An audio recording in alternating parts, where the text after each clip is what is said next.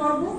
এখানে যারা উপস্থিত রয়েছেন আমি দেখতে পাচ্ছি অনেকদিন করোনা কাল থেকে শুরু করে অনেককে দেখা হয়নি, প্রায় শহরের মান্যগণ্য সকলেই এখানে আছেন। এখানে সকল সংবাদ বিভাগের মানুষেরা আছেন, মাথারা আছেন। প্রত্যেককে আমি আমার অভিনন্দন, আমার নমস্কার জানিয়ে আমি বক্তব্য শুরু করছি। অনেক কথা শুনলাম, পূর্ববর্তী বক্তারা বলেছেন অনেক কিছু প্রয়াত নিবারণ চন্দ্র লস্কর সম্পর্কে ছোটবেলা থেকে শুনে আসছি। আমার পিতার মুখ থেকে, আমার দাদাদের মুখ থেকে সেই শোনা কথাগুলো আজকে যখন তারা বললেন শুনলাম, খুব ভালো লাগলো। একটা কথা নিবারণ চন্দ্র লস্কর মহাশয়ের যে কথাটা ছোটবেলা থেকে খুব উৎসাহিত করতো, ফিলিং ছিল এটা যখন ভাবতাম, সেগুলো হচ্ছে যে উনি জানি না কথাগুলো, এই কথাটা ঠিক মতো পরিষ্কার হয়ে উঠে আসেনি যে সংবিধান যখন প্রণয়ন হয় সেই কমিটির উনি একজন ছিলেন সদস্য। সাংঘাতিক কথা, সংবিধান প্রণয়ন কমিটির একজন সদস্য ছিলেন নিবারণ চন্দ্র লস্কর। সেটা আমি ছোটবেলা থেকে শুনে আসছি এবং আমার মনে হয় নিশ্চয়ই কথাটা সত্য থাকবে। কোনো বইয়ে কিন্তু তার পরিষ্কার কোনো বিবৃতি এই সম্পর্কে আমি পাইনি, শুধু পেয়েছি যে উনি কনস্টিটিউয়েন্ট অ্যাসেম্বলির মেম্বার ছিলেন। আপনারা এটা দেখবেন যারা এই পরিবারের মান্যগণ্যরা আছেন, কারণ প্রয়াত নিবারণ চন্দ্র লস্কর কিন্তু তার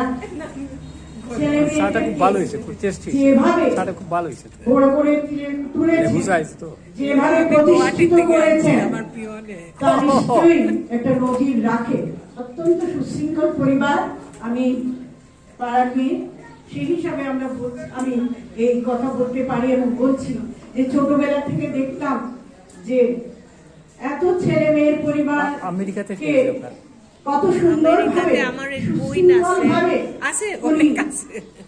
বড় করে বলছেন, পড়াশোনা শিখাচ্ছেন।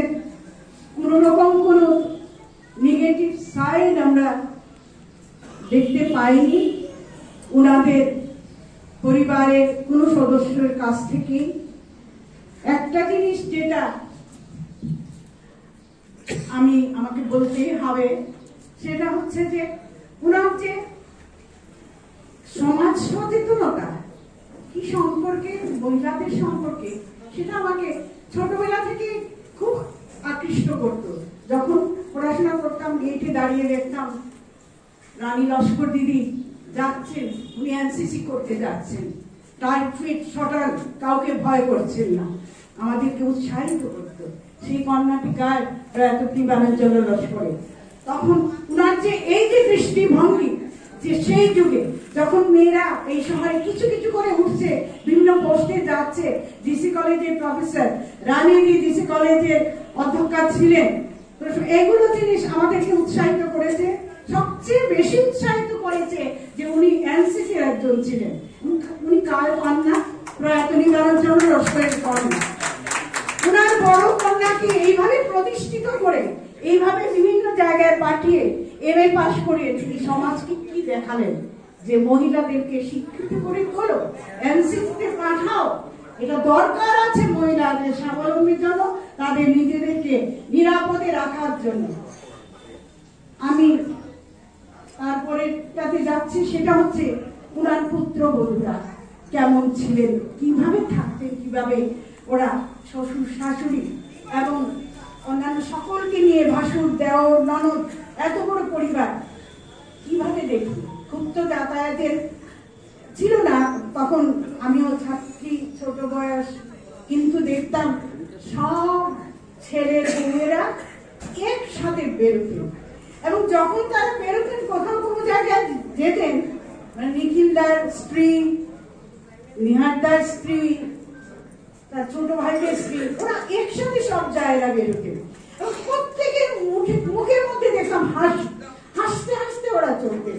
এটা কি বোঝা যেত যে বাড়ির ভিতরে উনি এত সুন্দর পরিবেশ রেখেছিলেন যে পুত্রবধূরা সবসময় একটা সুন্দর পরিবেশের মধ্যে তাদের শ্বশুর বাড়িতে দিন কাটাতেন। সেখানে শ্বশুরের কাছ থেকে মায়া দরদ, শ্বশুর গিয়েছিলেন প্রয়াত নিবারণ চন্দ্র লস্কর, পেতেন এবং শ্বশুর তাদেরকে খোলামেলা আনন্দ করার সুযোগ করে দিতেন। আমরা জেনেছি, দেখেছি যে পুত্রবধূদেরকে বিয়ের পর, একদম ছোট ছিলাম, উইমেন কলেজে পাঠিয়েছেন বিয়ে পড়ার জন্য, উনার কোনো বাধা ছিল না। এগুলো থেকে আমরা কি বুঝি, কি জানতে পারি? যে মহিলাদের যে একটা অবস্থান তখন ছিল, সেটাকে আরো উন্নত করা, মহিলাদেরকে খোলা বাতাসে পাঠানো, মহিলাদেরকে শিক্ষায় উন্নত করা, নারী শিক্ষা, নারীর স্বাবলম্বী হওয়ার দিকে ওনার একটা লক্ষ্য ছিল এবং সেই লক্ষ্যকে তিনি তার সন্তানদের মাধ্যমে প্রকাশিত করে সমাজকে দেখিয়ে গেছেন যে এটা দরকার, এটা দরকার। কাজে আমি এই পাড়ার মেয়ে হিসাবে, খুব কাছাকাছি বাড়ি, খুব বেশি দূর নয়, এদের এই যে পুত্রবধূদের যে প্রকাশের ভঙ্গি ছিল বিয়ের পর থেকে আজ অবধি দেখে আসছি, এ থেকে বোঝা যায় যে প্রয়াত নিবারণ চন্দ্র লস্কর তার পুত্রবধূদের প্রতি কতটুকু উনি তাদের প্রতি খেয়াল রাখতেন এবং তাদের উন্নতির দিকে খেয়াল রাখতেন এবং তাদের পড়াশোনা যাতে বিয়ের পরও যারা আসছেন তারাও যাতে পড়াশোনা আরো উন্নত করেন, যার যেমন মেধা আছে তেমন করে যান, সেদিকে ওনার লক্ষ্য ছিল। সেটা আমাদের খেয়াল করার মতো জিনিস। এবং সেই যে আর একটা জিনিস উনি রেখে গেছেন, যেটা আমি যে পারিবারিক মর্যাদা ধরে রাখার যে শিক্ষা, যেটা আজকাল অনেকটা স্ল্যাং হয়ে গেছে।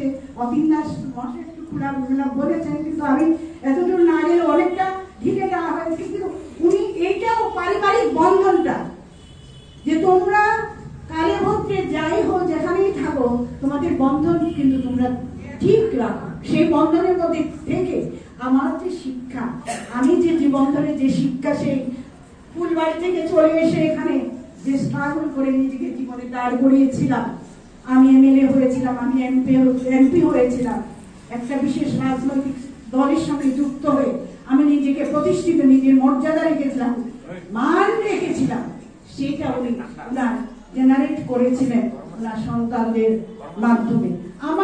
আমি খুব দীর্ঘায়িত করবো না, অনেকে যারা অনেক ভালো বক্তব্য রাখবেন, ওনার যে রাজনৈতিক জীবন সম্পর্কে যেসব কথা বলেছেন, আমি সেগুলো আমি এন্ডোর্স করি, কারণ আমি ছোটবেলা থেকে এগুলো শুনে আসছি, এগুলো নিশ্চয়ই সত্য আছে। এগুলো কাজে এগুলো সম্পর্কে আমার আর রিপিট করে সময় নষ্ট করে লাভ নেই। কিন্তু আমার একটা কথাই, একজন খুব বড় সাহিত্যিক, একদিন আমি করে যাবো, ওখান থেকে টিভিতে দেখাচ্ছে, উনি বলছেন, এগুলো আমি প্রায়ই বলি, যে আমার যদি মেধা থাকে, আমি সেই মেধাকে যদি একজনের কাছেও দিয়ে দিতে না পারি, তাহলে আমার জীবন সার্থক নয়। প্রয়াত নিবারণ চন্দ্র লস্কর তার মেধাকে, তার যে গুণ ছিল, সেটা জেনারেট তার সন্তানদের মাধ্যমে করে গেছেন এবং তার সন্তানদের নিশ্চয়ই দায়িত্ব এবং কর্তব্য থাকবে সেটা সমাজের দিকে এগিয়ে নেওয়া। নমস্কার।